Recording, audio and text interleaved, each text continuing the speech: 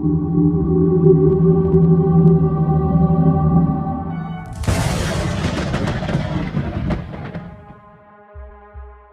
name is Ethan, and I was just an ordinary teenage boy, eager to escape the clutches of my curfew and the wrath of my parents.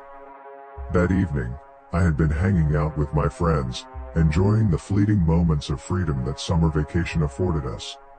Time had slipped through our fingers, and now, with darkness falling fast, I was faced with a dilemma: risk the wrath of my parents by coming home late or take the shortcut through the dreaded Willowbrook Cemetery.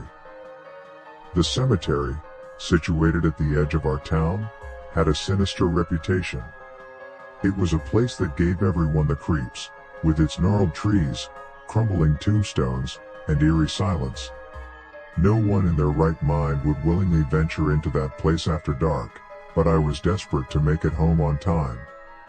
Reluctantly, I chose the latter option, hoping to avoid the inevitable punishment that awaited me if I disobeyed my curfew. The gravel path leading into the cemetery stretched out before me, dimly lit by the flickering glow of the streetlights just beyond its entrance. With each step I took, my heart pounded in my chest, and a shiver ran down my spine.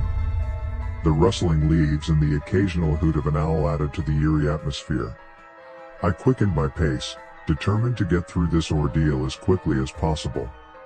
Yet, no matter how fast I walked, the cemetery seemed to stretch on endlessly, as if it were toying with me. As I ventured further into the cemetery, my unease deepened. The shadows seemed to come to life, morphing into sinister shapes that danced at the corner of my vision. I dismissed them as mere tricks of the mind, brought on by my own fear. Just when I thought I couldn't bear the silence any longer, I heard it, a faint, mournful wail that sent a chill racing down my spine. It was the kind of sound that sent shivers through your very soul, a sound that made you want to run and never look back. I froze, my heart in my throat. The wailing grew louder, closer. It seemed to be coming from the center of the cemetery, where a massive oak tree stood like a sentinel over the graves. The tree's branches seemed to twist and contort, their dark forms reaching out to me as if beckoning me closer. Despite my fear, curiosity got the better of me. I couldn't resist the urge to investigate the source of the sound. As I drew nearer to the oak tree, I noticed something strange, an ethereal figure standing beside it. The figure was that of a young woman, her skin an eerie shade of pale blue, her tattered dress billowing in the night breeze. Her long, jet black hair hung like a curtain, obscuring her face. She was weeping, her mournful cries filling the air. My heart pounded as I watched her, unable to tear my gaze away. I wanted to leave, to run as far away from that place as possible, but I was rooted to the spot. With trembling hands, I took a hesitant step closer, the gravel crunching beneath my sneakers.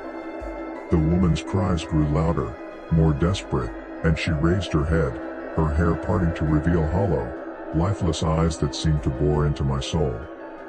"Help me," she whispered, her voice a haunting echo in the night. I couldn't move, couldn't speak.